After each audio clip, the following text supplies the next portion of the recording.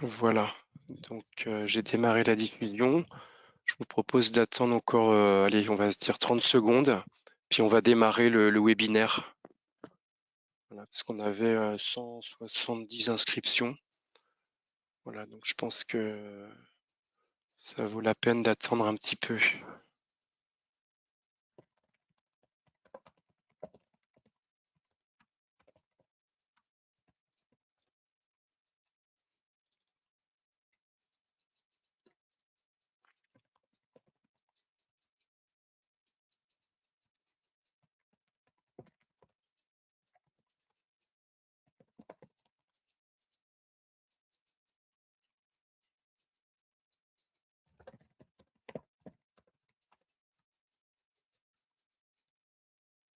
Voilà, bah écoutez, moi je vous propose d'attaquer le webinaire. Il est 17h05.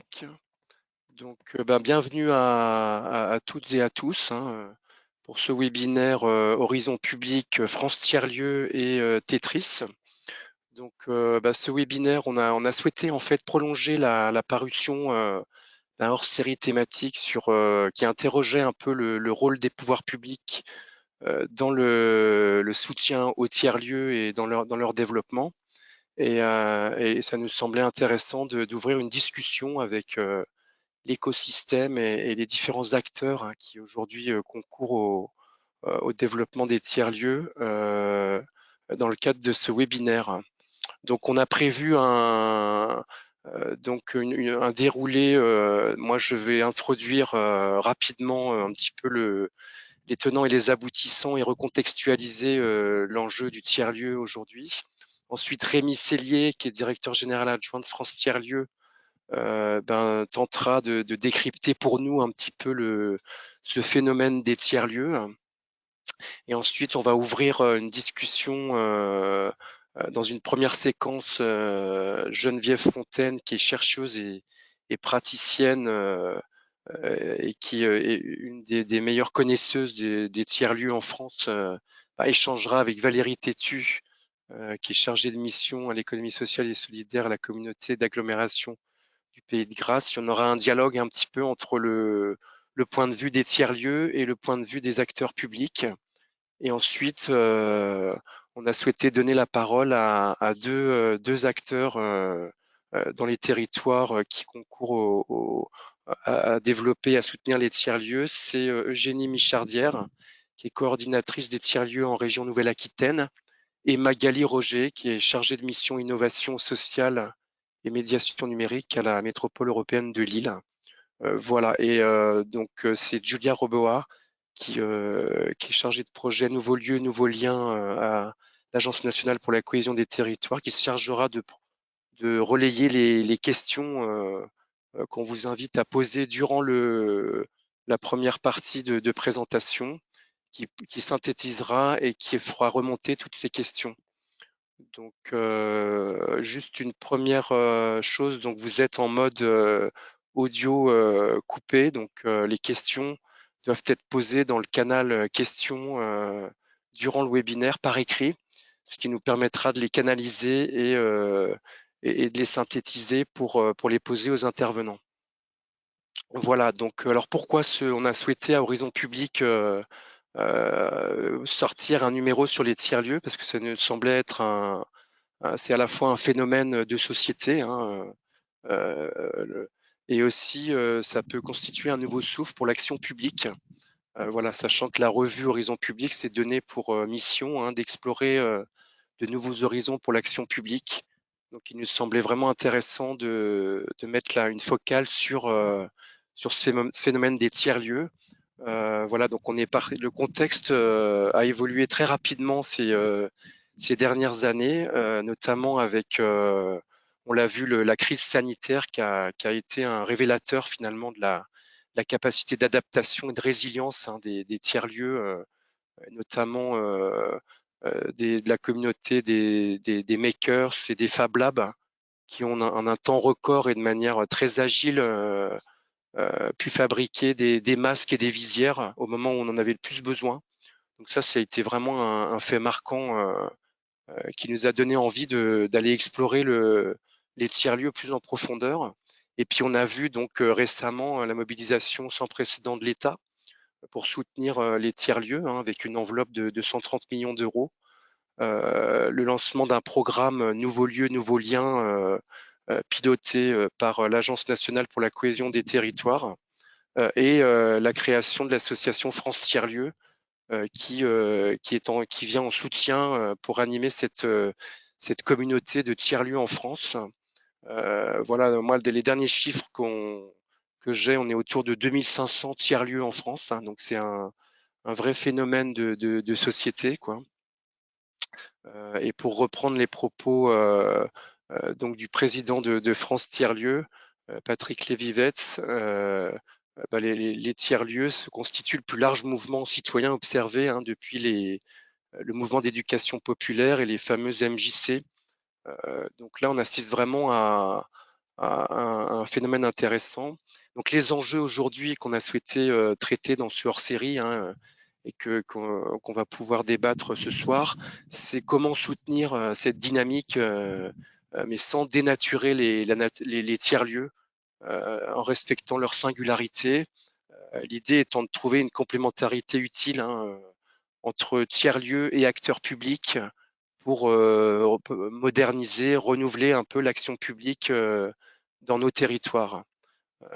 Voilà, donc ça, le contexte posé, je propose de donner la parole à Rémi Sellier, donc directeur général adjoint de France Tiers-Lieux, qui va tenter de nous décrypter un petit peu le phénomène des tiers-lieux, voilà, avec un titre volontairement, disons, un peu poil à gratter, que nous avons publié dans la revue, les tiers-lieux, un phénomène insaisissable. Donc voilà, Rémi Sellier, je te donne la parole.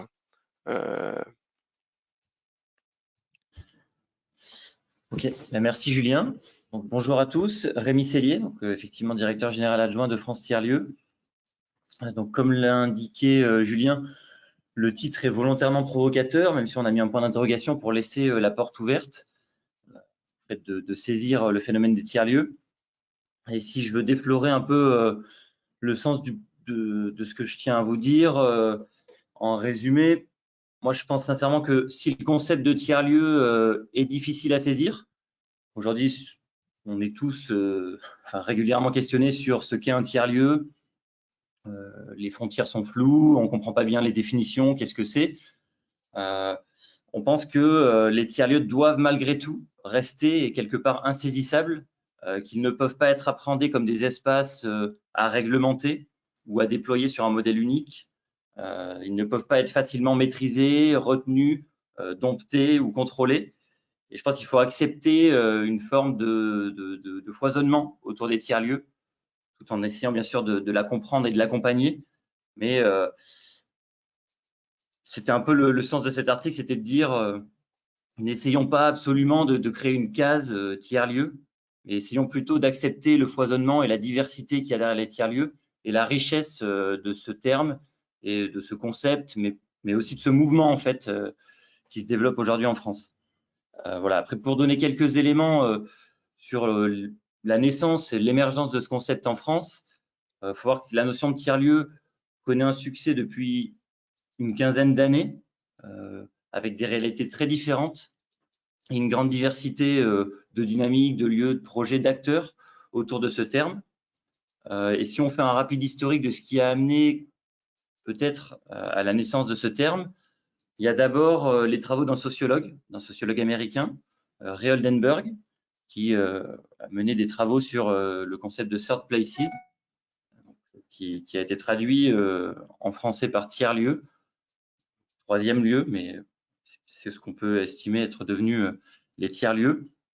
Et selon lui, les third places sont des lieux qui ne sont ni le lieu de travail, ni le domicile. Donc, c'est vraiment ces lieux qui se situent dans un entre-deux, entre la sphère privée et la sphère professionnelle.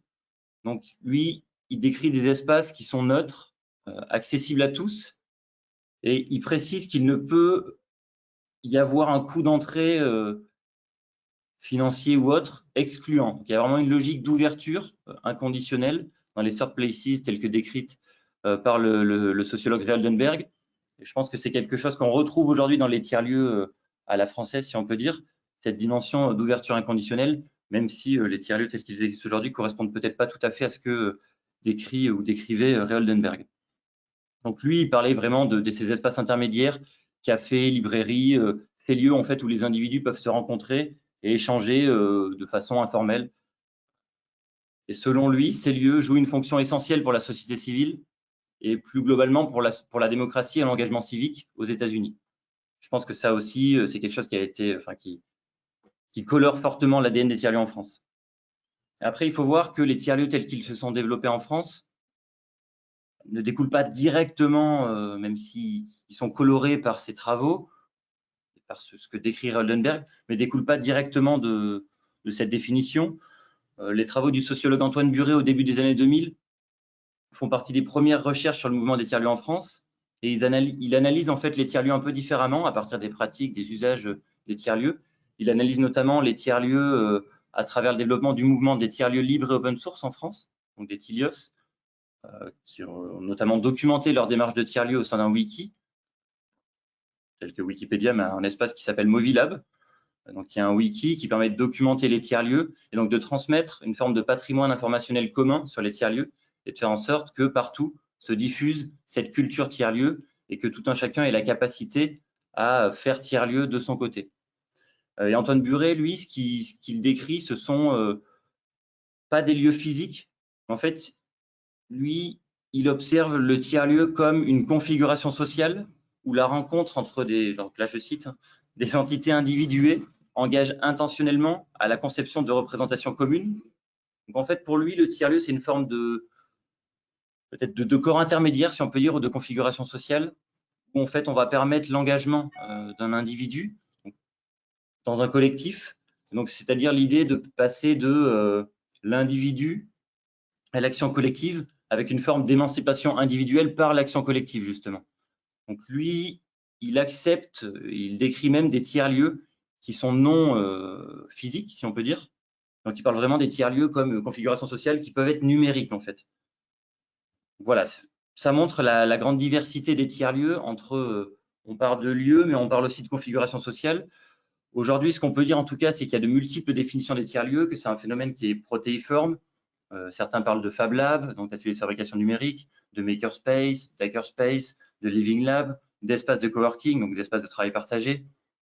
On voit aussi des friches culturelles, des cafés associatifs ou des lieux qui mélangent le plus souvent ces différentes activités, ces différents types de tiers-lieux.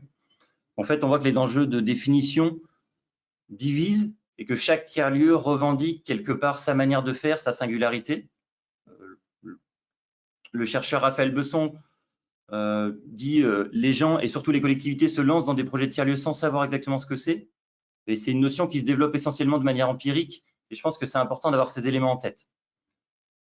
Ensuite, et si on peut dire juste un élément aussi historique supplémentaire, je pense qu'il est intéressant aussi de penser aux travaux de Fabrice Lextrait au début des années 2000 sur les nouveaux territoires de l'art, qui là aussi travaille sur les friches culturelles et tout le mouvement donc des lieux artistiques, des squats, et la manière dont ces lieux, on ne parle pas de tiers-lieux à l'époque, mais de lieux intermédiaires, sont des lieux de libre pratique. Et je pense que ça aussi, ça colore ce qu'est le mouvement des tiers-lieux aujourd'hui. Donc voilà le rapport de Fabrice Lextrait. Par rapport à ça, en 2018 est lancé un travail autour d'une mission qui s'appelle la mission Coworking et qui donne lieu à la remise d'un rapport au gouvernement, donc, un rapport réalisé par Patrick Lévivette, aujourd'hui président de France Tiers-Lieux. Donc ce rapport qui s'appelle Faire ensemble pour mieux vivre ensemble tente d'embrasser la diversité des tiers-lieux et de montrer qu'en fait, derrière cette diversité, il y a des invariants et il y a un phénomène qui est en train de se construire ou un mouvement qui est en train de se construire dans cette diversité qui comprend des invariants et dont l'acteur public doit se saisir. Donc là, je vous invite aussi à aller voir les typologies qu'on avait mis en avant dans ce rapport, notamment la cartographie de Primatera est assez intéressante. Elle se décompose en deux axes, un axe qui définit le niveau de marchandisation du tiers-lieu et un axe qui définit la finalité du tiers-lieu. Donc on a des tiers-lieux qui vont du vivre ensemble, qui ont l'objectif simplement de cohésion sociale, à des tiers-lieux qui ont l'objectif de développer l'entrepreneuriat. Et sur l'axe marchandisation, on a des tiers-lieux producteurs de biens communs, mais aussi on a des tiers-lieux producteurs de biens marchands. voilà, il essaie de poser cette typologie. Je pense qu'elle est assez intéressante et toujours d'actualité.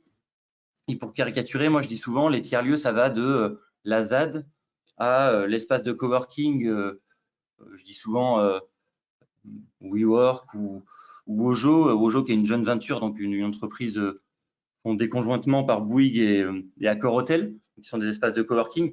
Voilà, il faut voir que c'est cette grande diversité-là qu'on a derrière le terme tiers-lieu. Ça présente une grande diversité en tout cas. Et dans ce rapport, et ce qu'on a approfondi depuis 3 ans aussi, on essaie de tisser donc les éléments caractéristiques du faire tiers-lieu. Pour nous, les tiers-lieux se construisent en fait, premièrement, par l'engagement d'une communauté. Donc c'est vraiment une forme de ce qu'on appelle l'entrepreneuriat de territoire. Donc c'est l'engagement d'une communauté pour agir sur son territoire, donc par une forme d'action collective. Donc c'est des lieux aussi qui se démarquent par une logique de libre expérimentation, donc qui favorise l'émergence de projets hors cadre. C'est des lieux où on va hybrider des activités, donc qui mêlent activités économiques et activités d'utilité sociale, voire d'intérêt général, avec notamment des logiques de solidarité financière, où l'activité économique va permettre de créer du revenu pour financer des activités d'utilité sociale. Et c'est des lieux avec une logique d'ouverture inconditionnelle, comme je le disais précédemment. Et enfin, s'il y a juste un critère peut-être à retenir sur ce qui caractérise les tiers-lieux, ce sont des logiques c'est des lieux qui privilégient des logiques de libre contribution. Et ça, je pense que pour l'acteur public, c'est important. On a beaucoup parlé de l'approche usagée dans l'action publique pendant les 5-10 dernières années. Et je pense que dans les tiers-lieux, on cherche à aller au-delà. Il y a vraiment une logique de passer de bénéficiaires de services, usagers de services, à contributeurs. Et donc, dans les tiers-lieux, on cherche à faire en sorte de garantir les conditions de la libre contribution. C'est-à-dire à ce que tout un chacun, les usagers, les parties prenantes, puissent prendre part à la programmation du tiers-lieu et à sa gouvernance. Donc voilà, nous, ce qu'on essaye qu'on travaille, c'est cette diversité de tiers-lieux. Ce sont ces 5 caractéristiques, ce faisceau d'indices qu'on met derrière les tiers-lieux. Je pourrais vous donner des exemples, mais je vous invite aussi, donc il va y en avoir dans la suite, donc je ne vais pas trop rentrer dans le détail. Je vous invite à aussi poser ces exemples à travers la série Hyperlien, qui donne à voir à travers une série vidéo des exemples de tiers-lieux. Aussi au sein du hors-série, on a donné pas mal d'exemples. Voilà, il faut bien voir qu'il y a une grande diversité de tiers-lieux et c'est pas nécessaire aujourd'hui de retenir une hypothétique définition uniforme du tiers-lieu, peut-être même pas sa forme finale, mais nous, ce qu'on cherche à travailler et à développer, c'est les conditions qui rendent possible aujourd'hui l'émergence des tiers-lieux. Donc, c'est des logiques de mutualisation, des logiques de documentation, de partage de cette documentation de manière ouverte, des logiques d'innovation ouverte, avec des licences à réciprocité, des licences ouvertes, la coopération, des logiques d'éducation populaire et d'apprentissage entre pairs, avec des formes d'horizontalité. Donc pour nous, le tiers-lieu ne se décrète pas, il s'invente et il se construit comme infrastructure de coopération en fait, et espace de diffusion d'une culture de la contribution et des communs. Il y a beaucoup de tiers-lieux qui s'inscrivent dans la suite des travaux d'Elinor Ostrom, prix Nobel d'économie, qui a travaillé sur cette notion de commun et de gestion en commun.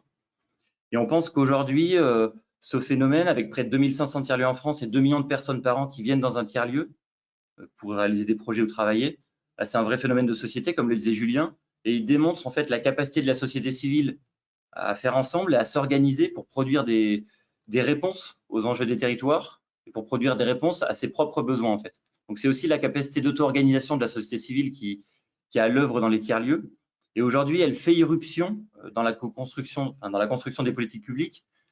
Et c'est l'objectif de ce webinaire et du hors-série, c'est de montrer comment les politiques publiques sont percutées quelque part par ce phénomène, peuvent s'en saisir ou s'en saisissent déjà, et comment en fait les tiers-lieux sont aussi une invitation à repenser la relation entre les administrations et la société civile, avec une logique de privilégier le faire avec, le lâcher prise, laisser erreur, donc vraiment de passer d'une logique de pilotage à une logique de partenariat, de passer d'une logique de diagnostic au long cours qui sont assez longs, et donc de diagnostic puis d'inauguration à une logique plutôt d'expérimentation et d'essai-erreur, et de passer d'une logique d'approche de bénéficiaire, usager, à une logique de contributeur. Donc, comment la société civile peut contribuer aujourd'hui concrètement aux politiques publiques. Je pense que c'est ça l'invitation des tiers-lieux. Et c'est ce qu'on a essayé de travailler dans ce hors-série, cette tension-là entre la volonté qu'on a aujourd'hui de faire des tiers-lieux, qui je pense est peut-être pas la bonne manière de penser, mais plutôt réfléchir à comment acteurs publics et société civile peuvent faire ensemble. Et à mon avis, c'est ce à quoi nous invitent les tiers-lieux aujourd'hui.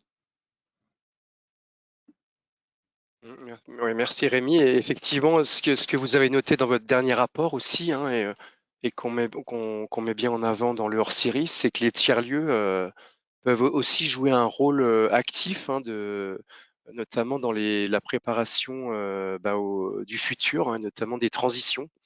Et c'est vrai que ça, c'est précieux aujourd'hui dans le cadre face à l'accélération des crises, hein, que d'avoir des tiers-lieux dédiés aussi à anticiper et à peut-être préfigurer ce que pourrait être l'action publique de demain en préparant ces transitions, quoi. Hein, vous avez même élaboré une nouvelle forme de typologie par rapport à ces enjeux thématiques. Ce serait intéressant peut-être de faire un petit focus sur ces enjeux de transition, quoi, sur le rôle des tiers-lieux. Oui, effectivement, mais juste pour en dire un mot très rapide, pour pas être trop long, c'est ce que tu as mis dans la slide, en fait, dans la diapositive projetée. Nous, ce qu'on montre, c'est que les tiers-lieux contribuent aux transitions et qu'en fait, ce qui est intéressant d'observer, c'est ce qui s'invente dans les tiers-lieux, donc ce que la société civile fait en fait dans les tiers-lieux et la manière dont en fait ça répond aux enjeux de société. On a dressé 10 thématiques qui sont autant de transitions pour nous à l'œuvre, portées au sein des tiers-lieux. Donc les enjeux de nouvelles formes de travail et de nouvelles formes d'emploi et de formation, l'apprentissage par le faire, le numérique, bon, je ne vais pas tous les détailler, vous les avez sous les yeux. Et à chaque fois, on montre par l'exemple comment s'inventent des réponses à ces transitions concrètement dans les tiers-lieux. Donc, on a 3 exemples pour chaque thématique. Et à chaque fois, on invite les ministères concernés et les collectivités territoriales, mais aussi les acteurs privés concernés par ces enjeux, à se saisir de la capacité d'innovation des tiers-lieux, mais aussi des actions concrètes mises en œuvre dans les tiers-lieux sur ces sujets. Pour être très concret, par exemple, c'est un tiers-lieu sur 3 qui a des logiques de réemploi, qui met en place des formes de recyclerie, ressourcerie. C'est des tiers-lieux qui font de la médiation numérique. C'est des tiers-lieux comme par exemple My Human Kit qui, par des logiques d'innovation ouverte et d'open source, vont inventer, vont prototyper des prothèses très simples pour, par exemple, des personnes qui n'ont plus de bras, des prothèses d'avant-bras commandées par des capteurs musculaires, donc qui vont permettre de prototyper très simplement et de les faire fabriquer par des imprimantes 3D à moindre coût et faire circuler cette innovation gratuitement et partout dans le monde, des prototypes donc de prothèses d'avant-bras. C'est ça qui s'invente dans les tiers-lieux. Mais en fait, je pourrais passer probablement 2 jours à vous lister les prototypes et les choses qui s'inventent dans les tiers-lieux. Mais à mon avis, c'est ça qui est à accompagner. Mais ce qu'il y a derrière, c'est vraiment les conditions qui rendent possible cette innovation ouverte. Et c'est là-dessus, c'est pour ça que je voulais insister là-dessus. Je pense que c'est là où l'acteur public doit agir. C'est sur les conditions qui rendent possible cette innovation ouverte, ce prototypage, et ce que j'appelle moi cette forme de R&D sociale. Et c'est là-dessus qu'à mon avis, il faut que les acteurs publics insistent dans les années à venir. Effectivement, donc on vous enverra le lien effectivement du rapport et du coup, ben, ça nous amène peut-être à notre deuxième séquence, hein, sur les tiers-lieux et les acteurs publics, comment trouver un juste équilibre. Et l'idée de cette séquence, hein, c'était vraiment de donner la parole à la fois aux tiers-lieux pour avoir leur point de vue, pour mieux comprendre leurs spécificités et ce qu'ils peuvent attendre des pouvoirs publics, et puis le point de vue de l'acteur public. Voilà, comment essayer de trouver ce juste équilibre dans la relation entre tiers-lieux et pouvoir public. Donc là, Geneviève Fontaine, je te propose que tu prennes la parole. Donc, je rappelle simplement que Geneviève Fontaine voilà, est à la fois chercheuse et en même temps praticienne donc à la société de coopérative d'intérêt collectif, donc Tetris, qui signifie transition écologique territoriale par la recherche et l'innovation sociale, et qui est située à Grasse, dans un tiers-lieu, sur le tiers-lieu de Sainte-Marthe. Voilà, donc c'est un acteur un tiers-lieu historique. Et puis, on donnera aussi la parole à Valérie Tétu, qui est sur le même territoire, est chargé de mission à l'économie sociale et solidaire à la communauté d'agglomération du Pays de Grasse pour voir un petit peu comment ces deux acteurs arrivent à travailler ensemble pour co-construire l'action publique locale et finalement apporter des solutions locales à travers leurs expérimentations. Geneviève, à toi la parole. Merci. Bonjour à toutes et tous. Oui, on va essayer de traiter, enfin d'approcher cette question du lien entre tiers-lieux et acteurs publics et la question du juste équilibre qui nous a semblé important de montrer, en fait, de montrer à l'intérieur du hors-série Horizon Public comment il y avait différentes postures, différentes manières d'appréhender les choses et de ce lien entre pouvoir public et tiers-lieux et effectivement ce fil ténu d'un équilibre à trouver entre les acteurs des tiers-lieux et les acteurs des collectivités locales sur certains territoires, parce que c'est pas forcément rien n'est généralisable avec les tiers-lieux, rien ne permet de dire qu'il y a des règles ou des boîtes à outils toutes faites. Dans cet équilibre, la première chose dont je voudrais témoigner, là je suis plutôt avec la casquette de praticienne qu'avec la casquette de chercheuse, c'est d'abord des complémentarités. Si je prends l'histoire de Tetris et des tiers-lieux portés d'abord par l'association d'éducation populaire Evaléco, puis par la société coopérative d'intérêt collectif Tetris sur ce territoire, on peut dire que c'est issu, d'une certaine manière, de la politique publique de soutien à l'économie sociale et solidaire sur ce territoire qui débute au tout début des années 2010 et qui rencontre effectivement cette énergie citoyenne, cette énergie sociale, la volonté de faire des lieux dans lesquels se regroupent différentes pratiques, différents acteurs, différents types de publics pour inventer des choses, alors en ce qui nous concerne, liées, comme vous le disiez juste avant, aux enjeux de la transition. Et puis, chemin faisant, le tiers-lieu, Tetris, ses activités, plus généralement l'ensemble des activités qui sont développées par l'ensemble des acteurs présents sur le tiers-lieu de Sainte-Marthe, bien finalement concourt aussi à la politique publique et en particulier à la politique publique de l'économie sociale et solidaire, mais pas que, aussi à la politique publique de la communauté d'agglomération sur la transition écologique, sur la politique de la ville, voilà. Donc, en fait, il y a une complémentarité qui se tisse où, effectivement, on peut être au départ soutenu, ou en tout cas, on peut être au départ avoir une dynamique qui est renforcée, soutenue, initiée même par des pouvoirs publics, et puis qu'ensuite, un dialogue se noue entre… voilà, actuellement, on est en train de réécrire sur le territoire la politique publique de l'ESS en faisant un bilan sur les 10 dernières années, en essayant de voir comment on se projette sur l'avenir. Et donc, le rôle du tiers-lieu est essentiel aussi dans cette nouvel élan de cette politique publique. Donc ça, c'est un exemple de complémentarité.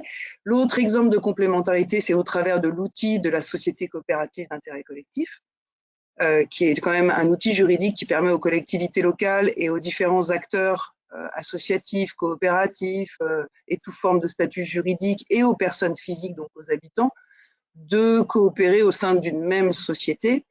Et c'est quand même un outil particulier, effectivement, aussi intéressant pour essayer de trouver ce juste équilibre, à la fois dans la rédaction des statuts, à la fois dans la manière dont on fait vivre ce sociétariat et le fait que donc la communauté d'agglomération du Pays de Grasse est sociétaire de Tetris.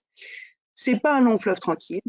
J'en reviendrai là. Il ne faut pas penser que ça se passe, voilà, tout est bien rose. On n'est pas, voilà, il y a des moments de doute, il y a des moments difficiles, il y a des moments où on est au bord de la rupture, et puis il y a des moments où ça repart.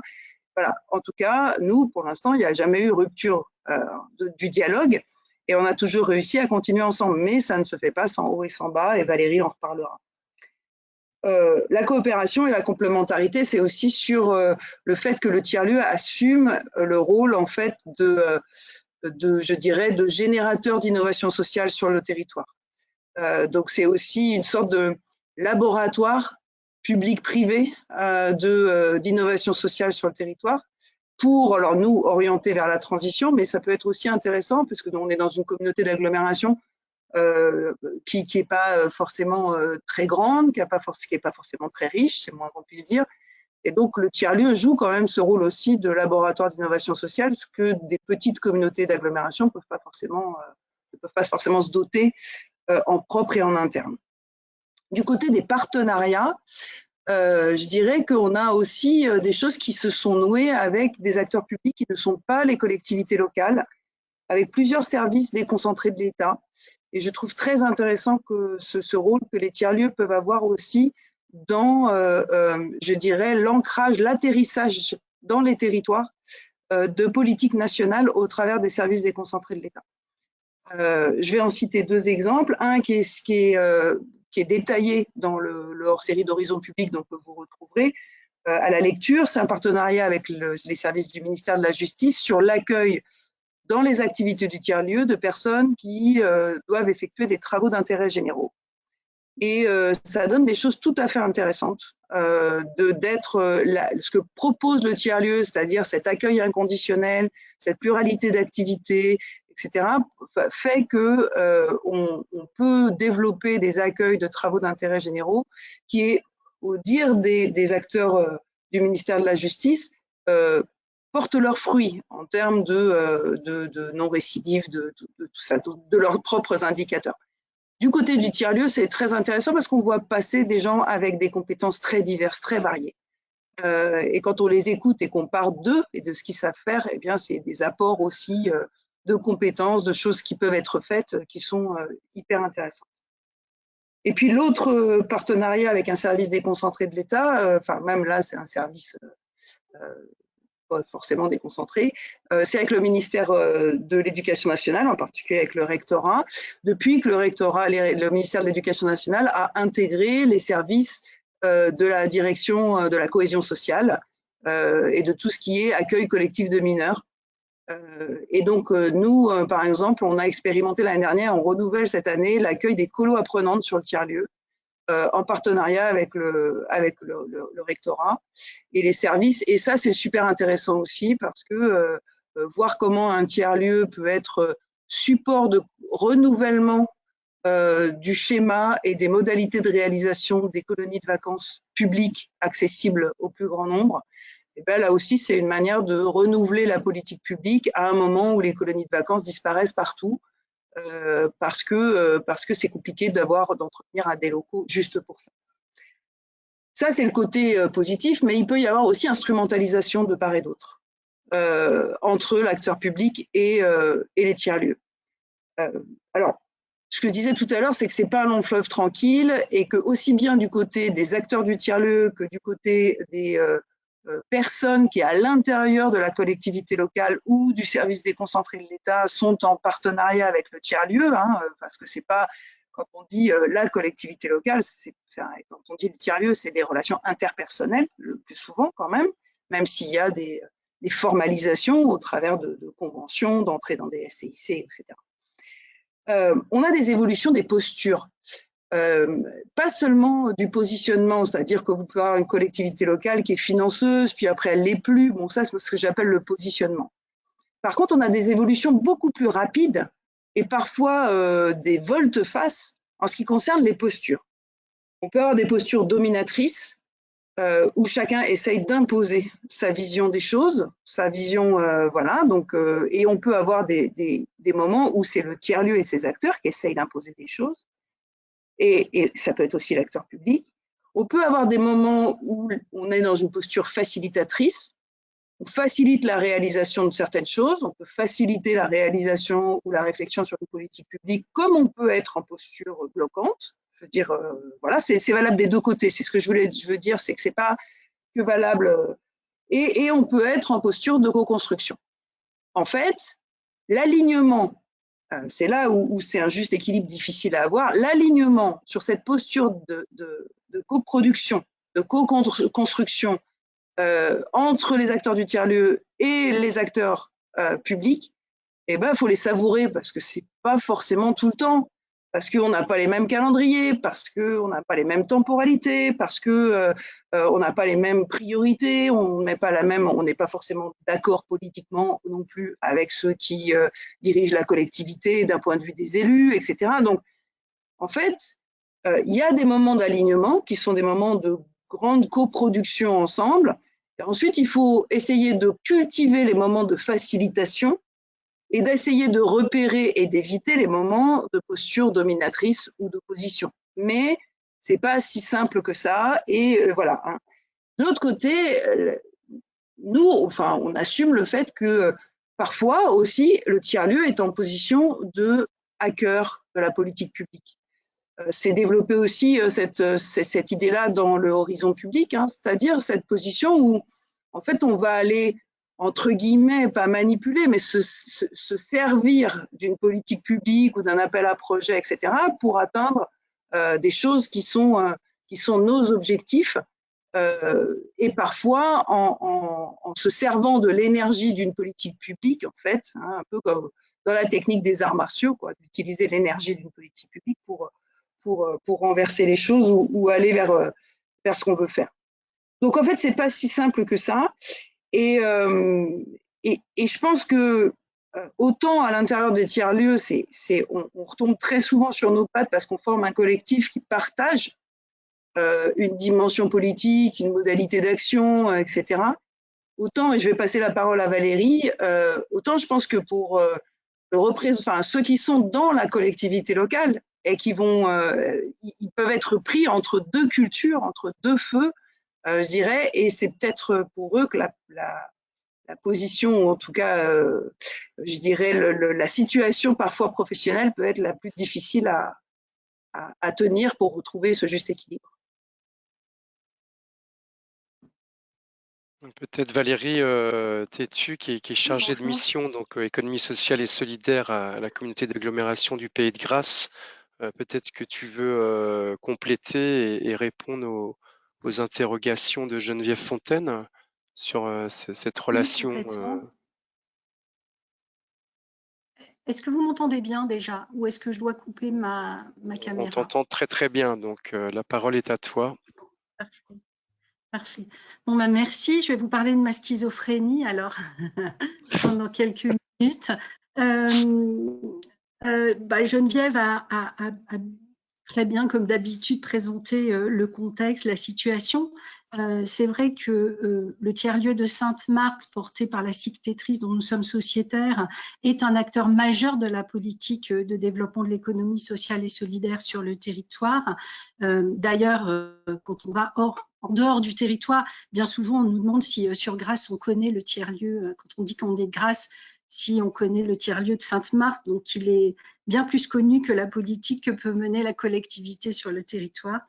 Donc voilà, ce que Geneviève expliqué, c'est que le tiers-lieu nous met dans une posture obligatoirement d'expérimentation, de co-construction. C'est un espace d'exploration pour nous sur le territoire, sur la transition écologique et solidaire.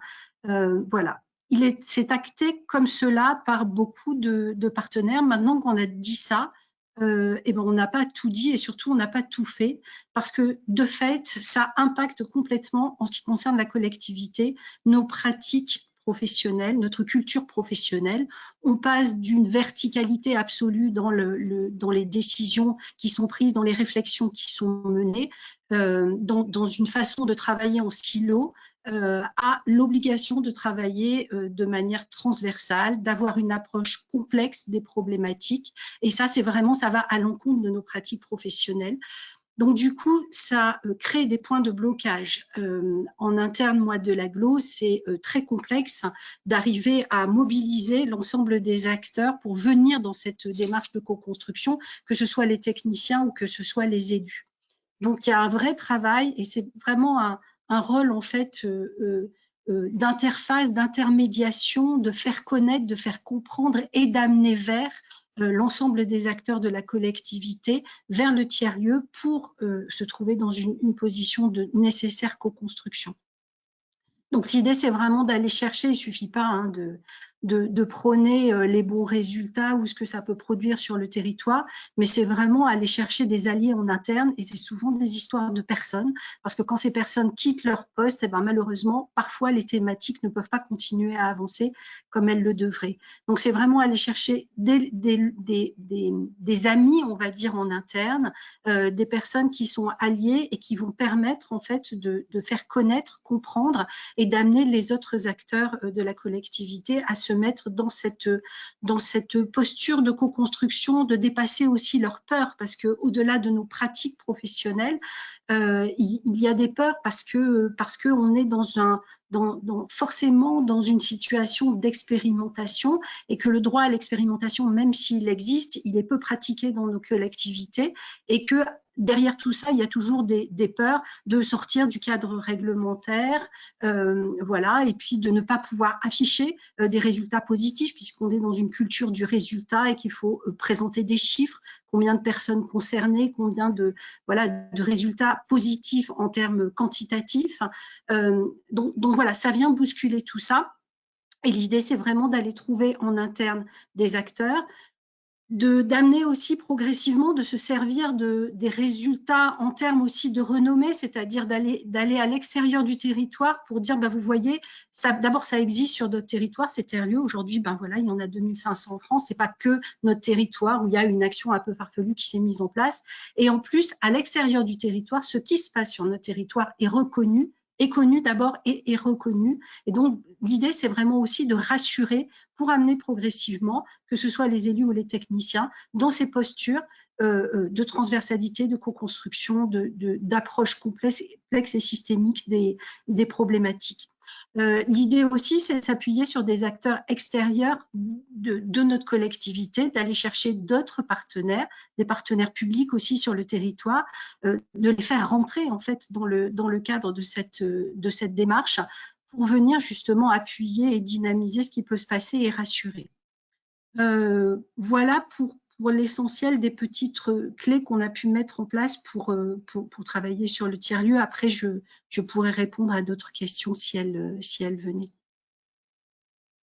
Alors, merci Valérie. Voilà, il y a quelques questions déjà dans le chat. Je vous propose peut-être de donner la parole voilà, à deux acteurs territoriaux qui sont en pointe finalement dans le développement des tiers-lieux. C'est d'une part la région Nouvelle-Aquitaine avec Eugénie Michardière qui s'occupe depuis déjà maintenant plusieurs années des tiers-lieux sur son territoire, et qui pourra témoigner un petit peu de la dynamique locale qui est permise par ces tiers-lieux, et de la relation entre la région et les tiers-lieux. Et puis également Magali Roger qui est chargée de mission innovation sociale et médiation numérique à la MEL, à la métropole européenne de Lille. Voilà, ça nous semblait intéressant d'avoir aussi ces retours d'expérience sur les tiers-lieux par ceux par celles qui le font et qui le vivent au quotidien. Donc, je vais donner la parole à Eugénie Michardière pour qu'elle nous parle un petit peu des initiatives en région Nouvelle-Aquitaine et de la façon dont la région soutient les tiers-lieux, et comment ça se traduit concrètement en termes d'innovation publique locale. Voilà, Eugénie, si vous m'entendez, la parole est à toi. Merci Julien, bonjour à toutes et à tous. Merci pour ce hors-série que j'ai trouvé particulièrement intéressant. Hein. Je trouve qu'il y a pas mal d'idées et de contributions qui permettent de continuer à réfléchir sur ce sujet-là, qui n'est pas tout à fait nouveau, hein, comme le rappelait Rémi. Les tiers-lieux en région Nouvelle-Aquitaine, ça fait 10 ans qu'on s'y intéresse de près. Au départ, le point d'ancrage, il est venu du numérique. Hein. L'idée étant de se dire qu'avec le numérique, on peut travailler partout, tout le temps, que les tiers-lieux, ce n'est ni l'entreprise, ni le domicile, mais justement un entre-deux qui permet de retrouver à la fois la chaleur du foyer familial et quand même un contexte professionnel où on peut se retrouver et pas être isolé tout seul chez soi. Donc au départ, on avait une approche très branchée autour du coworking, qui touchait surtout les indépendants en 2010, le télétravail étant relativement en retard en France. Alors la crise nous a fait gagner quelques années là sur le sujet pour le coup. Et maintenant, il y a beaucoup plus de télétravailleurs qui peuvent profiter aussi des tiers-lieux à côté de chez eux. Donc une entrée très coworking avec le numérique et puis avec au fil du temps qui est devenue une entrée autour du travailler autrement en fait. C'est bien ça l'acception pour la région, la vision qu'on en a, c'est que les tiers-lieux sont des superbes laboratoires objets pour travailler autrement et vivre mieux plus près de chez soi. Travailler et se former autrement d'ailleurs, on va voir que le sujet est très proche. Donc travailler autrement, c'est évidemment pas que des bureaux et le secteur tertiaire. Travailler autrement, c'est aussi pour les artisans, les artistes, les makers, de partager des équipements, des machines, des ateliers partagés. Et donc du coup aussi le monde des Fab Labs qui est très grand public et qui s'ouvre aussi au monde des entreprises. D'ailleurs, dans l'accompagnement, on a vu comment ils ont été capables pendant la crise de se mobiliser et de venir produire, fabriquer localement et hyper rapidement des équipements de protection, d'aider les aidants, etc. Et puis le travailler autrement, c'est aussi dans le monde agricole. Et c'est ça qu'on observe un peu un signal un peu nouveau, c'est-à-dire que les agriculteurs d'aujourd'hui ne veulent plus travailler comme leurs parents, leurs grands-parents, mais d'abord, ils n'ont pas accès au foncier tout seuls parce que c'est trop cher. Donc, ils ont plutôt intérêt à jouer collectif. Et puis, s'ils veulent avoir des bonnes machines, avoir des outils notamment de transformation, il vaut mieux être à plusieurs et mutualiser là aussi. Et donc, l'entrée, on voit bien qu'elle a largement dépassé le numérique. Le commun des tiers-lieux, tels qu'on les comprend à la région, à la maison, c'est le vivre ensemble, c'est le commun, c'est la mutualisation de moyens, de compétences, et c'est du développement local. Donc en fait, c'est une politique qui est néo-numérique et qui est en cours de transfert là à la direction de l'économie sociale et solidaire.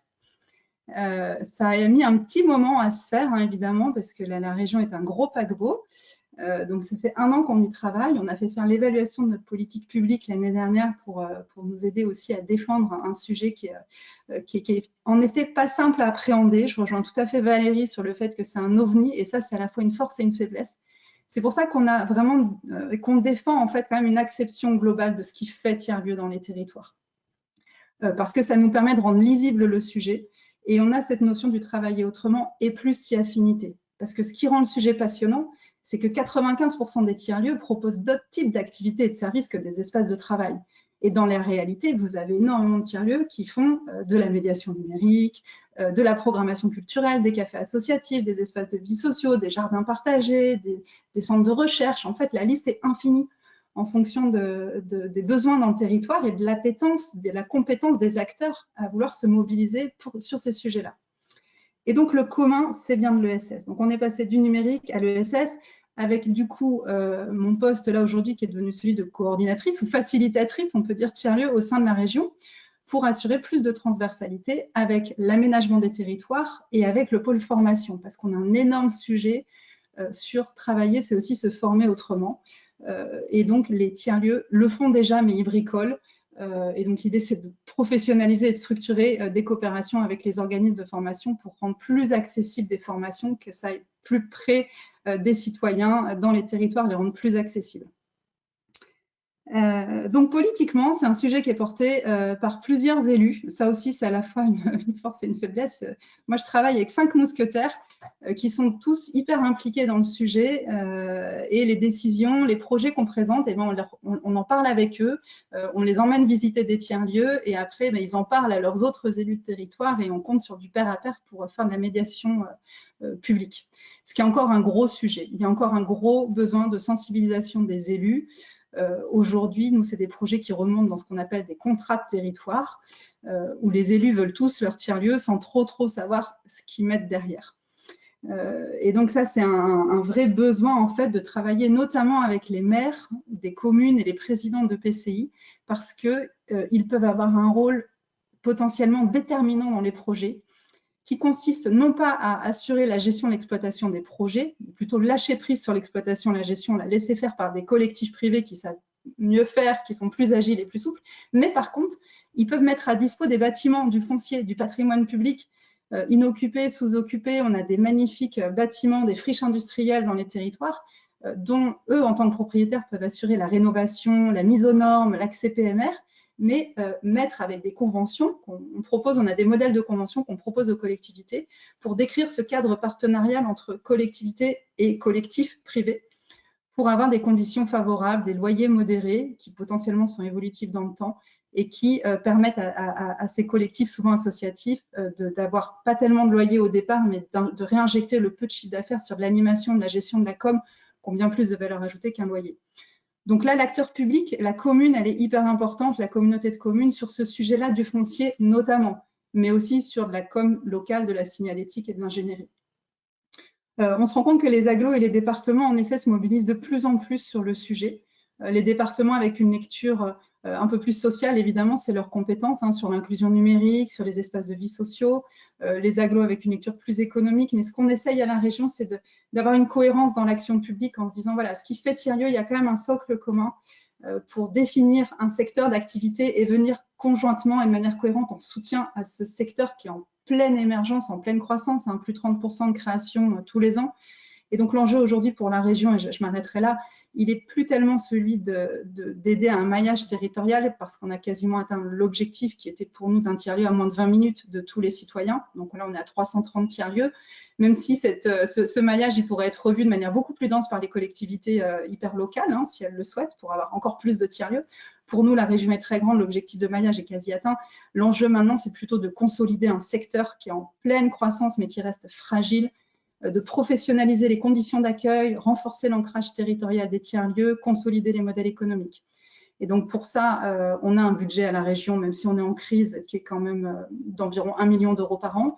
Et puis la bonne nouvelle, là, c'est que l'État va décentraliser des crédits pour renforcer les régions qui viennent en soutien aux tiers-lieux sur le sujet de l'orientation, de la formation et de l'emploi. Et ça, c'est super parce qu'on voit bien les limites d'un AMI national avec un jury qui se passe à Paris. Voilà, on a la capacité en région avec les collectivités à mieux connaître les acteurs et à peut-être mieux les accompagner et les orienter vers des fonds publics qui sont parfois moins importants en termes de volume, les aides, mais peut-être plus déterminantes pour ceux qui en ont le plus besoin. Donc ça, c'est une très bonne nouvelle et à voir la suite de ce que va décider l'ANCT. Je sais que c'est en pleine réflexion, mais cette logique-là d'une meilleure cohérence entre l'action de l'État et l'action des collectivités en pleine période de crise, elle est déterminante. Merci pour ton témoignage. Et du coup, sur le territoire métropolitain de la métropole européenne de Lille, est-ce qu'on a le même phénomène? Est-ce qu'il y a cette même dynamique? Magali Roger, la parole. Bonjour à tous. Ouais. Alors, je partage tout ce qu'a dit Eugénie. On n'a pas exactement procédé de la même manière parce qu'on s'y est mis un petit peu plus tard à la métropole européenne de Lille. Concrètement, on a voté une stratégie numérique de territoire en juin 2016.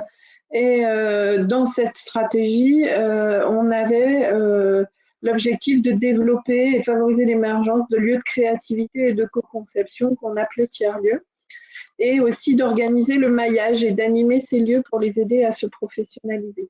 Donc, comme Eugénie, c'était bien sous l'angle du numérique à l'origine, et en 2017, en février 2017, on a lancé l'appel à projet tiers-lieu numérique, qui est très rapidement devenu tiers-lieu métropolitain. Pour gommer le numérique, parce que de toute façon, il est là, le numérique, ne serait-ce que dans l'usage du lieu, dans l'animation du lieu, dans la gouvernance du lieu. Donc, on n'avait pas besoin que ce soit affiché et que finalement, on n'ait que des data labs, des fab labs, du coworking. C'était pas vraiment ce qu'on souhaitait, puisque dans notre appel à projet, on qualifiait à l'origine 6 grandes activités dans les tiers-lieux, et on demandait à ce que les tiers-lieux qui candidataient en proposent à minima 2 à leurs habitants. Aujourd'hui, on est plutôt à 9. On a les espaces de travail partagés et coworking de groupe partagés. On a les ateliers partagés. On a les Fab Labs, les Data Labs. On a les espaces de médiation numérique. On a les Living Labs, enfin des choses très rattachées au numérique. Mais on a aussi le volet commerce, équipement culturel, comptoir de service. Et ce qu'on observe aujourd'hui, après 4-5 ans d'appel à projet, c'est qu'on a maillé le territoire.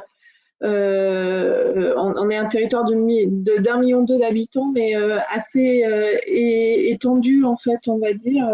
Et puis, la métropole la plus rurale de France, se plaît à dire mon élu. L'objectif, c'était aussi qu'il y ait des tiers-lieux dans les petites communes.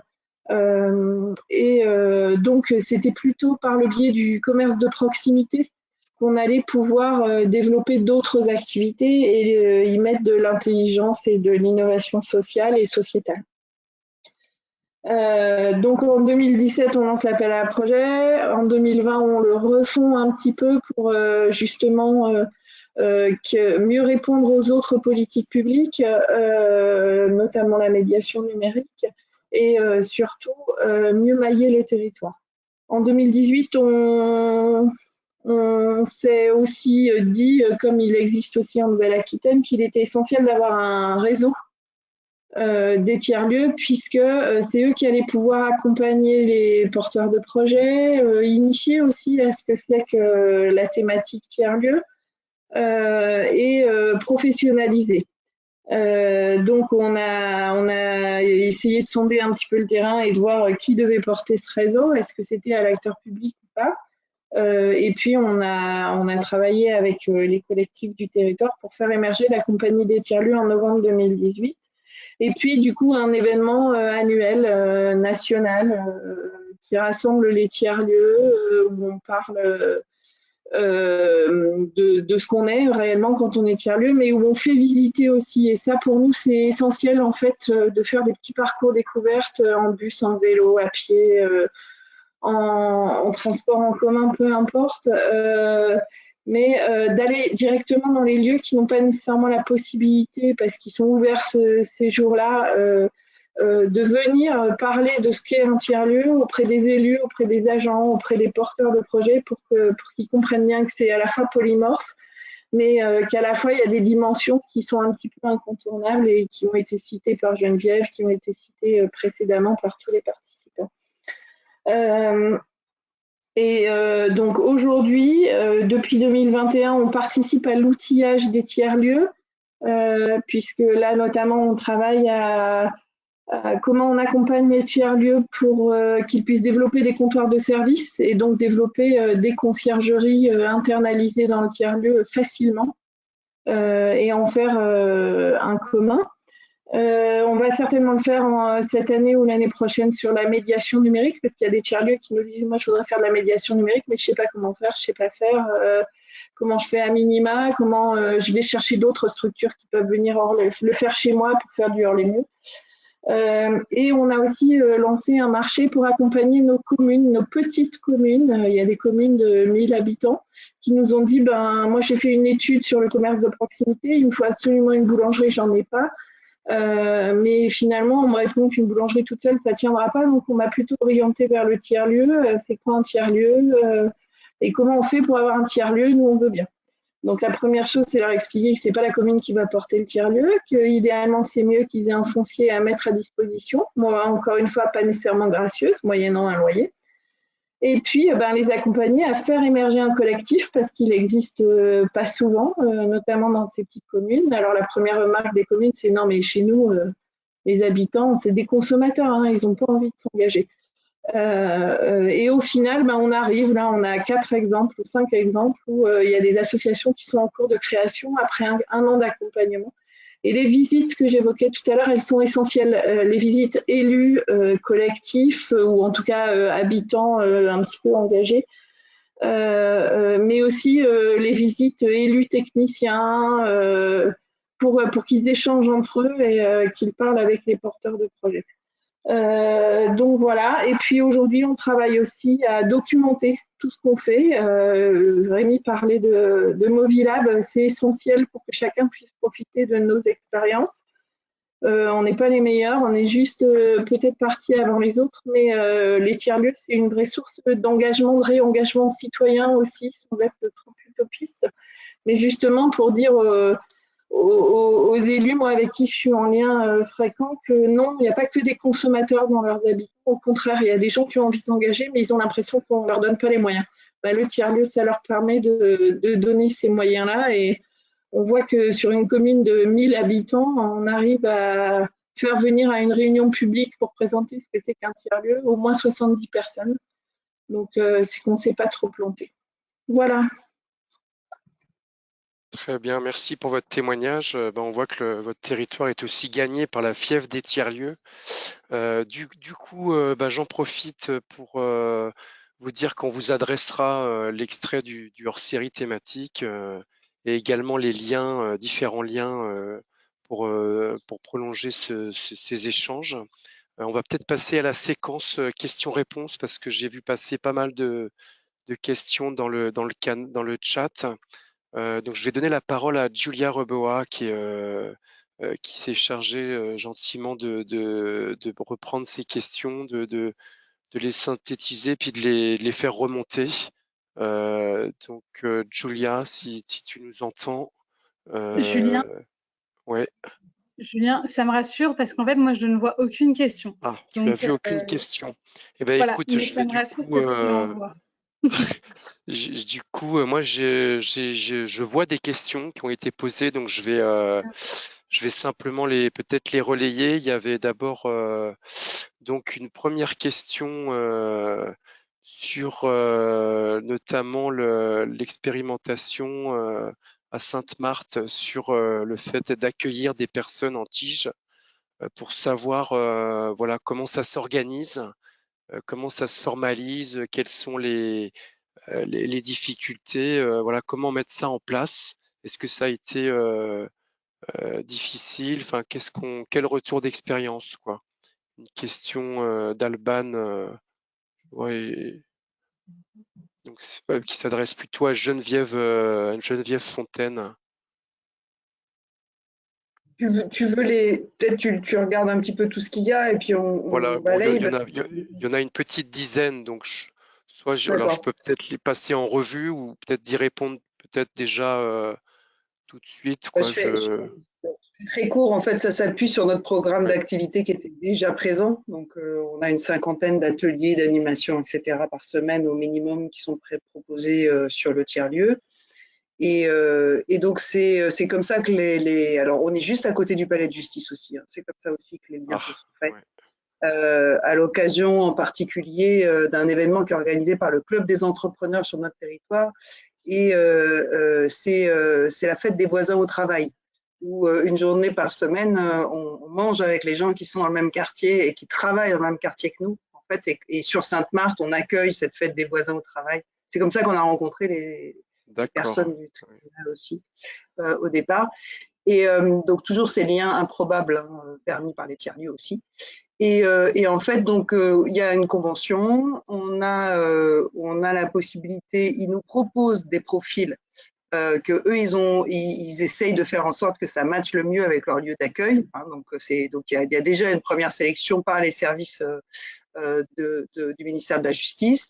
Nous, on a toujours la possibilité, si à ce moment-là, on n'est pas en état ou qu'on n'a pas les capacités de ne pas accueillir les personnes. Hein, donc, c'est un libre choix à chaque fois. La personne vient nous rendre visite, on lui présente le lieu, elle parle de son parcours, on imagine avec elle comment elle pourrait faire les heures de façon à ce que ça soit de l'intérêt général. Et si la personne, voilà, ça lui va, que ça va, que ce qu'on propose va au ministère et que pour nous, l'équipe est aussi OK, et voilà, ça se passe. Et tous les matins, la personne doit signer. Elle doit signer 4 fois par jour, en fait, début de matinée, fin de matinée, début d'après-midi, fin d'après-midi. Et nous, on fait remonter ces feuilles de présence. Et au moindre incident, on a un interlocuteur au ministère de la Justice, enfin, sur place, quoi, pas loin, qui prend le relais ou qui peut retirer la personne. Donc, on peut suspendre aussi si ça se passe pas bien en cours de route. D'accord. Et vous recevez combien de personnes en tige par an pour avoir une idée, quoi? On a commencé l'année dernière, on est sur à peu près, je pense que sur l'année, on va être entre 12 et 15, mais après avec des volumes d'heures extrêmement différents. Pour certains, c'est une dizaine d'heures et pour d'autres, c'est presque 200 heures. Donc, ça peut pas être, c'est pas, voilà, c'est vraiment des personnes qu'on accueille parce que les durées sont vraiment, vraiment très, très différentes. D'accord, effectivement, c'est intéressant comme démarche. C'est un tiers-lieu citoyen qui joue un rôle aussi de réinsertion. Donc, alors la même question, Alban a une autre question aussi sur voilà, est-ce qu'un tiers-lieu intégré est porté par une collectivité? Pensez-vous que cela soit possible? Voilà, donc ça, c'est une autre question aussi sur le fait qu'une collectivité porte elle-même son tiers-lieu, ça ou l'intègre. Je sais pas qui veut répondre.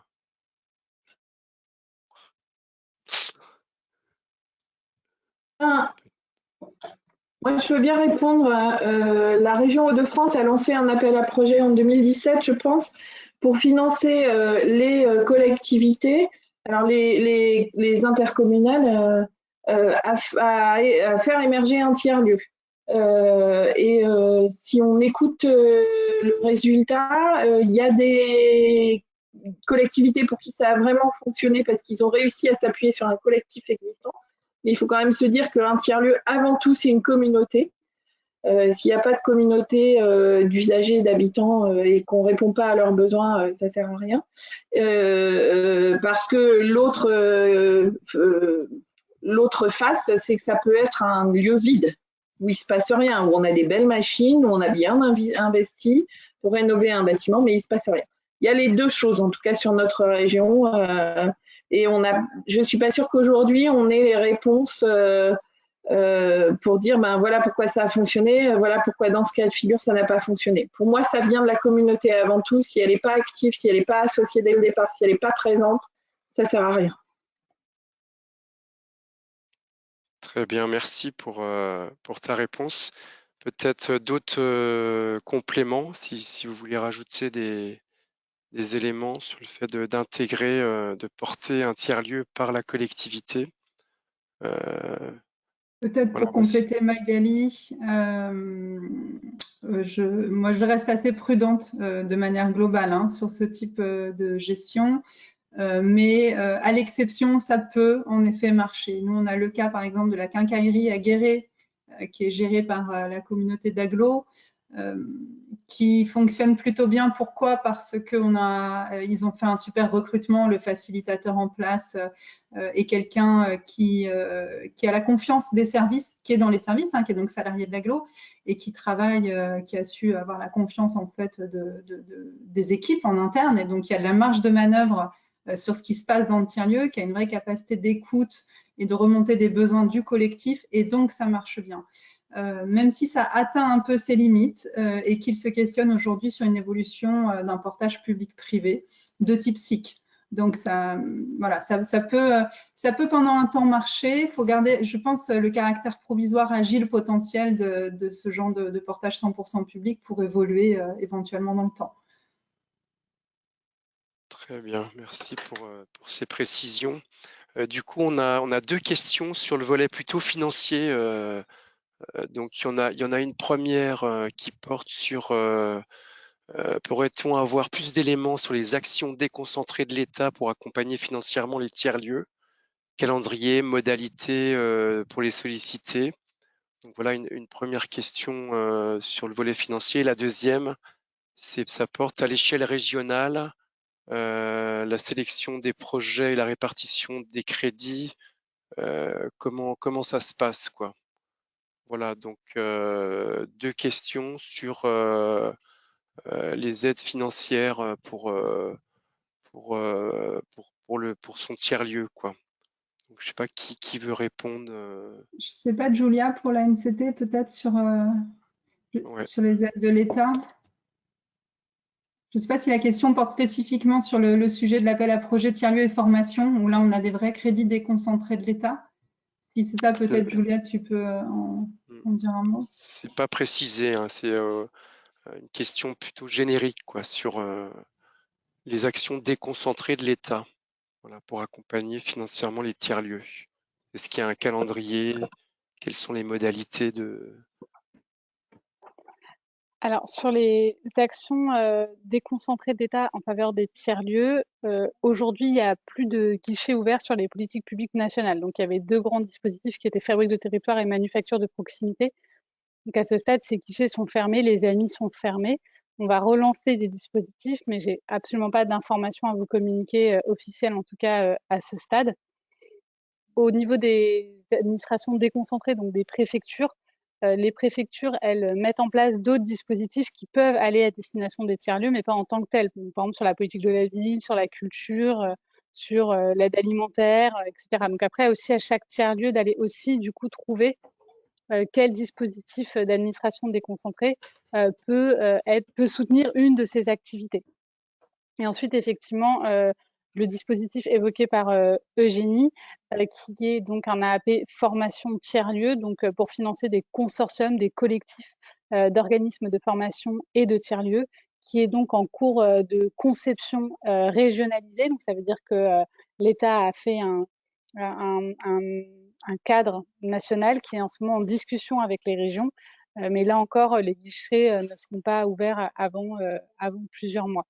Si vous avez des questions sur le financement des tiers-lieux, sur les aides, il faut faire un mail ou à votre réseau régional de tiers-lieux, ou à France Tiers-Lieux, ou encore à nous, le programme Nouveaux Lieux, Nouveaux Liens. Et nous, on peut ensuite vous aiguiller dans votre recherche ou vers des interlocuteurs appropriés. Eugénie, tu voulais compléter? Non, non, c'est tout à fait ça. Et que le calendrier sur l'axe formation va dépendre des régions, en fait. Donc, ça s'échelonne à partir de cet été jusqu'à début de l'année prochaine, le temps de régionaliser, d'adapter les cahiers des charges. Sur le site de France Tiers-Lieux, vous avez un outil qui vous permet d'avoir la liste des aides qui vous sont ouvertes en tant que tiers-lieu. Donc, ça peut déjà être un premier pas. Voilà, et la deuxième question qui porte sur le volet financier. Pardon, je voulais dire quelque chose, excusez-moi. Oui, simplement dire que les territoires ne sont pas égaux par rapport à ces possibilités de financement. Il y a des régions comme la région Sud, par exemple, qui n'a pas de politique dédiée à l'économie sociale et solidaire et qui ne soutient pas financièrement la création de tiers-lieux. Donc, effectivement, il y a vraiment des territoires où les acteurs des tiers-lieux vont devoir aller chercher des modes de financement qui portent plus sur les actions effectivement qu'ils peuvent mettre en place que sur un financement global sur leur fonctionnement.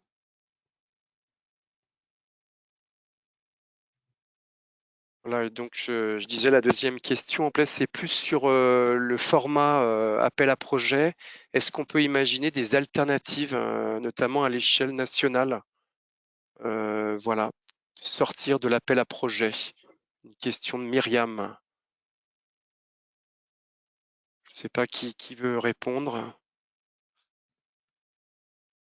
Mais le national, c'est toi, Julia. Oui, voilà, je pense que c'est moi qui dois répondre à cette question. Honnêtement, c'est une excellente question. En tout cas, nous, côté NCD, on la trouve excellente. C'est une question qu'on se pose en ce moment tous les jours parce qu'on est en train de construire la nouvelle feuille de route du programme et donc de définir nos niveaux dispositifs. Et donc, on est en train de réfléchir à cette question de comment faire pour pas passer par l'AAP, par l'ANI. Honnêtement, on n'a pas de réponse, en tout cas à ce stade vraiment formel. Il n'y a pas eu d'arbitrage, on n'a pas de solution.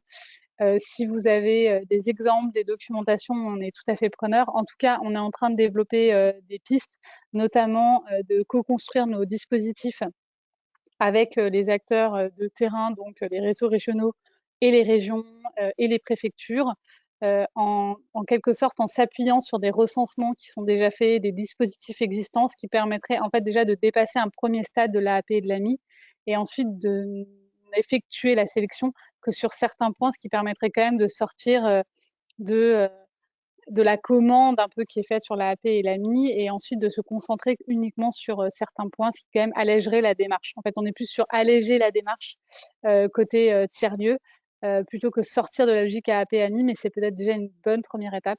Mais preneuse des avis d'Eugénie, de Valérie, de Magali, voilà, mais on en discute déjà en interne avec vous, mais voilà. Oui, je sais que ouais. Pardon, juste pour compléter ce que dit Julia, je pense que la question sous-jacente, c'est que la limite de l'AAP, c'est la durée qui est courte et qui amène un peu à de l'effet d'aubaine, c'est-à-dire il faut vite répondre à l'appel à projet avant qu'il soit fermé. Une des réponses, c'est en effet de la durée plus longue. Alors, nous, on le qualifie d'AMI parce qu'en fait, on accueille des idées plutôt que des dossiers, mais en fait, il est ouvert sur 2 ans pour laisser le temps moyen de constitution entre l'idée et le dossier, on va dire, c'est entre 6 mois et 2 ans. Hein, c'est très long. Et du coup, il y a cette notion voilà, de durée suffisamment longue et d'accompagnement terrain des projets pour leur laisser le temps. En fait, c'est des projets collectifs, c'est des sujets de gouvernance, ça prend toujours du temps et c'est plutôt bon signe. En fait, il vaut mieux laisser un peu de temps au démarrage que le projet parte sur des bases un peu solides. Alors, effectivement, c'était la question sous-jacente. C'est quelque chose qu'on a bien en tête parce que Fabrique de territoire, c'était sur plusieurs vagues, donc plusieurs mois. Et on a vraiment eu des retours comme quoi c'était très, très positif. Donc, c'est quelque chose qu'on a vraiment en tête. Très bien, merci pour vos précisions. Alors, il y a une Je crois que question, en Valérie, fait. je crois que Valérie, Je voulais juste redire pardon. quelque chose. Il faut vraiment maintenir quand même, quelle que soit la forme, appel à projet, AMI, quelque chose au niveau national, parce que pour les territoires qui ont beaucoup de mal à se mettre dans la co-construction, c'est pénaliser aussi les porteurs de projets que de ne pas avoir ce soutien au niveau national. Voilà, c'est juste pour pointer un peu ce qui se passe en région quand même. Et c'est quand même grâce au niveau national, il faut le dire, que le tiers-lieu de Sainte-Marthe ou la manufacture de proximité Fleur d'Exception ont pu voir le jour. Donc c'est important. Merci pour les précisions. Alors, il y a c'est plus une remarque qu'une question, mais sur l'enjeu de formation, voilà, des élus sur la question des tiers-lieux. Voilà, il faudrait le faire davantage. Ça a été notamment évoqué dans vos différents témoignages. Voilà, je vais peut-être prendre d'autres questions aussi parce que là, il y a pas mal de questions qui sur sont ce point de arrivées. la Ouais. formation des élus, les réseaux régionaux de tiers-lieux le font quand même pour la plupart, sensibilisent des élus, des techniciens. Donc, il ne faut pas hésiter à se tourner vers ces réseaux, à orienter vos partenaires, vos alliés. Et côté ANCT, on a lancé une communauté d'acteurs publics en faveur des tiers-lieux qui accueille aussi bien sûr des élus. Donc on a fait notre première journée, il y avait des élus et des agents. Donc là aussi, on est tout à fait disponible pour échanger, sensibiliser. Voilà. Très bien. Alors, tu évoquais les réseaux de tiers-lieux. Il y a une question justement sur à quoi servent les réseaux de tiers-lieux comme Bretagne Tiers-Lieux, la compagnie des tiers-lieux, et notamment dans les rapports avec les pouvoirs publics. Voilà. Alors là, je laisse Eugénie. Ouais, Génie Magali, mais Oui. pour nous, c'est un acteur indispensable. J'ai oublié d'en parler dans le témoignage, mais ça fait partie vraiment de pourquoi le réseau est aussi dense et vivant en Nouvelle-Aquitaine. C'est parce qu'il y a un réseau qui est constitué par et pour des gérants de tiers-lieux. Hein, c'est une SIC qui est pour la région un peu le tiers de confiance, c'est-à-dire qu'il représente les tiers-lieux. C'est un espace qui est à la fois un réseau d'accompagnement des porteurs de projets en pair à pair, de bonnes pratiques, d'écueils à éviter, et aussi un lieu de ressources, de publication, d'enquête pour documenter. Et ça, c'est important de documenter qu'est-ce qui fait tiers-lieu, quels sont l'impact dans les territoires, de monter des projets collectifs, d'être en capacité d'action comme ça, de se mobiliser. Donc pour nous, la coopérative des tiers-lieux, qui est reconnue maintenant comme tête de réseau ESS, hein, au même titre que la CRES, que l'INAE, a cette action de reconnaissance de la filière, de valorisation de la filière des tiers-lieux en région et on lui donne en fait via une subvention régionale aussi un rôle d'animation du réseau régional, même si elle a d'autres activités à côté, comme celle de faire des formations justement et de revenir en AMO d'ailleurs de quelques collectivités parfois qui en ont besoin ou d'acteurs privés d'ailleurs qui se questionnent sur leur sens, leur objet, qui veulent faire tiers-lieu. Je pense à la Croix-Rouge, à Famille Rurale qui travaillent aussi sur comment faire tiers-lieu au sein de leurs organisations. Voilà, la coopérative a tout un panel d'actions qu'il propose. Et s'il n'y avait pas eu la politique régionale, c'est vraiment agrandi avec le réseau au fil du temps et qu'il s'est constitué. Donc c'est vraiment le binôme région-réseau qui fait que ça fonctionne bien. Alors moi, je dirais pas mieux.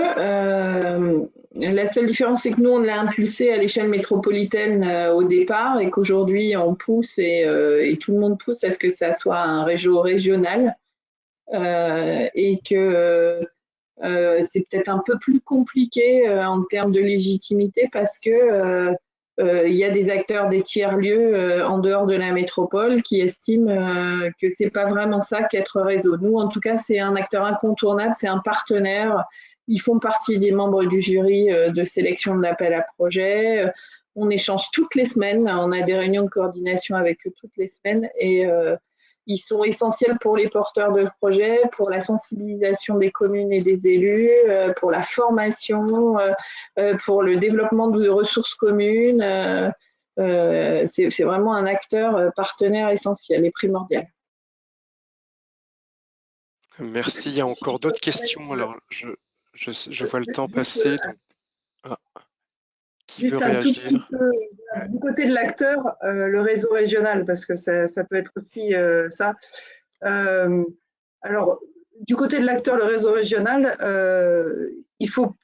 l'important, c'est d'y participer à la co-construction et à enfin voilà, parce qu'en fait, c'est une plateforme d'échange d'un tas de choses, de pratiques, d'interconnaissances. C'est là aussi où on peut de la même manière que dans les tiers-lieux, on prône une gouvernance horizontale, c'est en participant au réseau qu'on peut insuffler aussi des choses, des actions qui vont dans le sens qu'on pense qu'il faudrait que ça soit, etc. Donc, en fait, je pense que le réseau nous apporte énormément, mais à condition d'y participer. Si on le voit comme quelque chose qui décide tout seul et descend derrière, en fait, c'est qu'on n'a pas compris qu'en fait, le réseau, il est composé des tiers-lieux qui vont bien vouloir, et des fabriques, etc., qui vont bien vouloir s'y investir et mettre du temps au service des autres.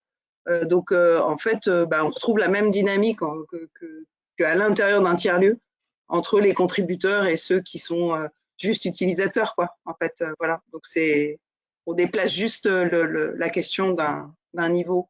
Donc, plus on s'y investit, plus on y trouve de l'intérêt, en fait. Alors, une question intéressante là, posée par Lucas, c'est sur les tiers-lieux dans les petites communes, entre 1000 et 5000 habitants. En fait, est-ce que l'émergence des tiers-lieux se fait souvent à partir des commerces de proximité dans les petites communes? Est-ce qu'il y a d'autres formes qui peuvent exister pour débuter? Voilà, c'est la question, comme les espaces de coworking, des Fab Labs, Microfolie, ces tiers-lieux culturels de médiation numérique. Donc, qui veut répondre sur les petites communes et l'émergence voilà, d'un tiers-lieu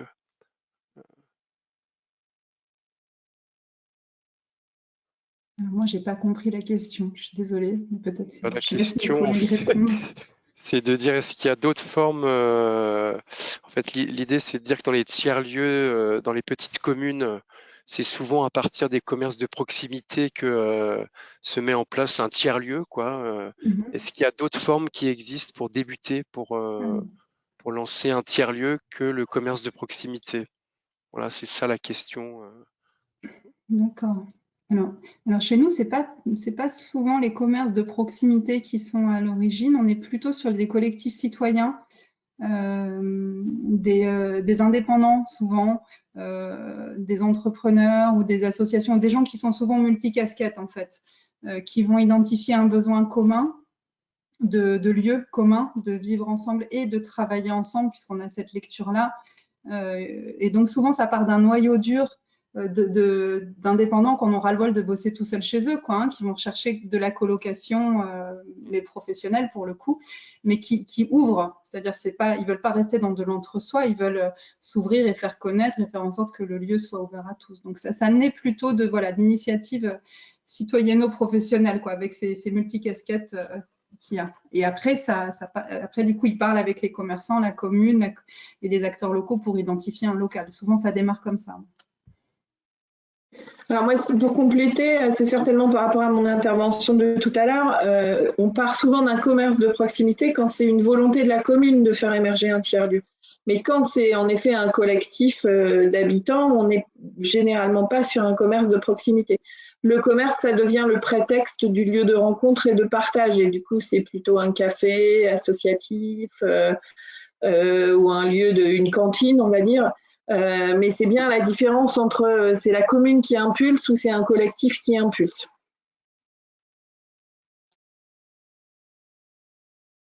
Très bien, merci pour ces précisions. Et alors, je vais prendre peut-être une dernière question Est-ce que vous avez des exemples d'articulation bibliothèque publique tiers-lieu, et notamment sur la gouvernance?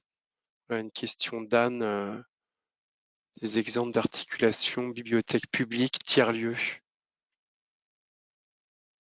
Je sais pas qui veut Alors, je me répondre. permets d'intervenir. Si on n'aura peut-être pas le temps de répondre à toutes les questions. Ouais. Il y a un forum sur le site de France Tiers-Lieu où vous pouvez poser énormément de questions et il y a beaucoup de personnes de l'écosystème. Donc typiquement, ce genre de questions, elles peuvent être posées sur le forum. Mais peut-être que l'une d'entre vous a un exemple. Donc, Alors, il y a un groupe de travail qui a été lancé par France Tiers-Lieu sur les bibliothèques troisième lieu. Et je sais qu'il y avait un sujet de gouvernance. Par contre, j'ai pas pu assister à l'ensemble des sessions et je sais pas où ça en est. Mais je pense que sur France Tiers-Lieu, vous trouverez des interlocuteurs pour poser ces questions-là, en tout cas. Très bien, merci pour ces précisions. Bah, écoutez, je vous propose de clore le webinaire en vous remerciant pour votre participation et en espérant que le webinaire donne envie de se lancer dans des tiers-lieux ou du moins d'explorer ces nouvelles formes d'action publique en partenariat étroit avec des acteurs publics qui comprennent les spécificités de ces tiers-lieux, quoi. Je vous remercie en tout cas pour votre implication. Merci aux participants et à tous les inscrits. Et puis, rendez-vous sur France Tiers-Lieu, effectivement, pour prolonger les débats. Et bien, merci à vous. Et puis, Merci à à très vous. bientôt, quoi. Merci. Bonne soirée. Bonne soirée. Au revoir. Bonne soirée. Merci, au revoir. Au revoir.